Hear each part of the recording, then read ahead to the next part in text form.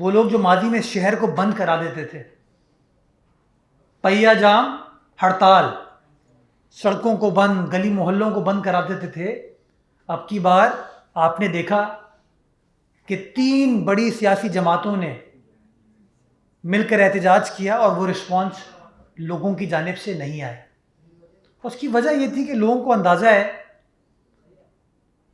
कि जब कराची में घरों को मिसमार किया जा रहा था तो ये 3 सियासी जमातें कहाँ खड़ी थीं? जब बेरोजगारी में इजाफा हो रहा था तो ये तीनों सियासी जमातें कहाँ खड़ी थीं? अब मैं आपकी इत्तला के लिए आपको बताता हूँ कि केएमसी की बसेस चलती थी इवन वसीम अख्तर साहब के ज़माने में। ग्रीन बसेस कहते हैं उनको, वसीम अख्तर साहब ने बंद किया, चलने से रोक दिया। आप जाके चेक कर लीजिएगा इस बात को, आप चाहेंगे तो उसके कुछ दस्तावेजात कागजात भी मैं दे दूंगा, जो इशूज़ थे वो भी मैं आपको बता दूंगा। तो ये देखें ना, आपके सवाल में कितना बड़ा खोट है। आपने कहा कि ट्रांसपोर्ट आपने ले लिया था, तो अगर ट्रांसपोर्ट हमने ले लिया था तो वसीम अख्तर साहब केएमसी बसें कैसे चला रही थी? ये गलत तासुर, बार बार गलत बयानबाजी करके लोगों को गलत चीज़ों पे गाइड किया जाता है, मिस गाइड किया जाता है। उनके पास इख्तियार था, हक था, वो कर सकते थे, नहीं किया। क्यों? क्योंकि अगर कर लेते तो पीपल्स पार्टी को क्रिटिसाइज कैसे करते। लेकिन हाँ, हमें भी जिस तरीके से ट्रांसपोर्ट के इशू पे परफॉर्म करना चाहिए था, हम नहीं कर पाए। मैंने हमेशा कहा है, मैं कभी ट्रांसपोर्ट के मामले को डिफेंड नहीं किया। हमसे गलती हुई, बट गलती का अजाला हम करने जा रहे हैं, हमें एहसास है। मैं बड़ा एहतराम करता हूँ नईम रहमान साहब का। आज मैं उनकी प्रेस कॉन्फ्रेंस देख रहा था, उन्होंने कहा कि दुनिया देख रही है कि जमात इस्लामी का कराची में कमबैक हो रहा है, और मैं कराची वालों को यही बताना चाहूँगा कि सारी जो धरना की सियासत चल रही है ये कमबैक की कोशिश है। सारी ये जो एफर्ट्स की जा रही हैं वो इसीलिए हैं कि किसी तरीके से कराची में कमबैक हो जाए।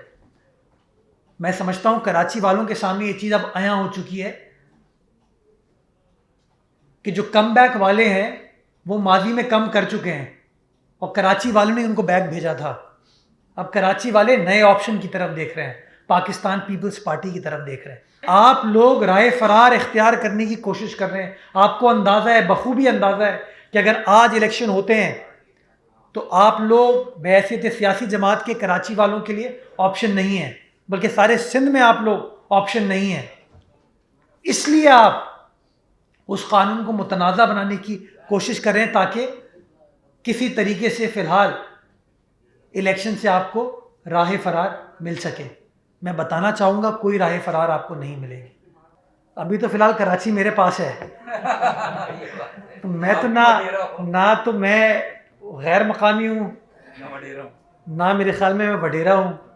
मैं जो हूँ कराची में पैदा हूँ, कराची में पला बड़ा हूँ, और पाकिस्तान पीपल्स पार्टी ने मुझे मौका दिया है कि मैं उस शहर में जहाँ पैदा हूँ, पला बड़ा हूँ, उस शहर की खिदमत कर सकूँ।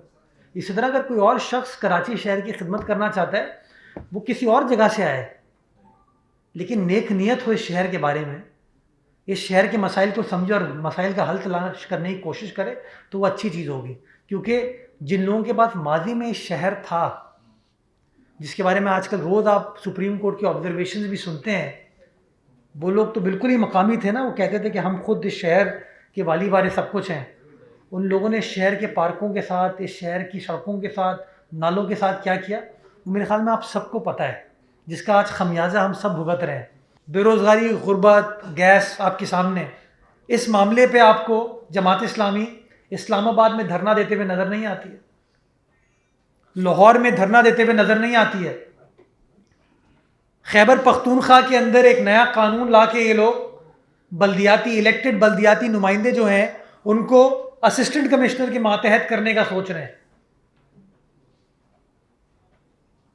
आप चाहेंगे वो रूल्स मैं आपको दे दूंगा, लेकिन जमात इस्लामी पेशावर में धरना देने का नहीं सोच रही। जिन लोगों ने वैक्सीनेट नहीं कराया अभी तक, वो अपने आप को वैक्सीनेट कराएं, और जिनका बूस्टर शॉट ड्यू है वो बूस्टर शॉट लगवाएं। डॉक्टर्स ये बता रहे हैं, जो डेटा हमारे पास है, कि गो के कराची शहर में 40% पॉजिटिविटी रेशो है, लेकिन हस्पताल में पूरे सूबे में इस वक्त आईसीयू पे 12 पेशेंट्स हैं, और गालिबन एचडीयू जो कि ऑक्सीजन सपोर्ट का होता है उस पर शायद 68 है या 70 पेशेंट्स हैं। तो नंबर बड़ा कम है। उसकी वजह यही है कि लोगों ने बड़े पैमाने पर अपने आप को वैक्सीनेट कराया है। तो लोगों से मैं कहूँगा कि मास्क पहने और वैक्सीनेट करें, यही वाहिद तरीका है कि हम अपनी ज़िंदगी को फिर आसानी से गुजार सकें। हुकूमत नहीं चाहती कि सख्त फैसले किए जाएँ, लेकिन अगर खुदा ना खास्ता जिस तरह पिछले साल वेव के दौरान ऐसी सिचुएशन आ गई थी जहाँ पे आपके हॉस्पिटल्स सिवियरली अंडर प्रेशर आ गए थे, तो फिर आपको सख्त फैसले करने पड़े। तो मैं लोगों से ये कह रहा हूँ कि हमें सख्त फैसले की तरफ ना लेके जाएं। अगर खुद ही अपना सख्त फैसला आप कर लें मास्क पहनने का और वैक्सीन लगाने का, तो ज़्यादा बेहतर तरीके से हम इस मामले को निमट पाएंगे।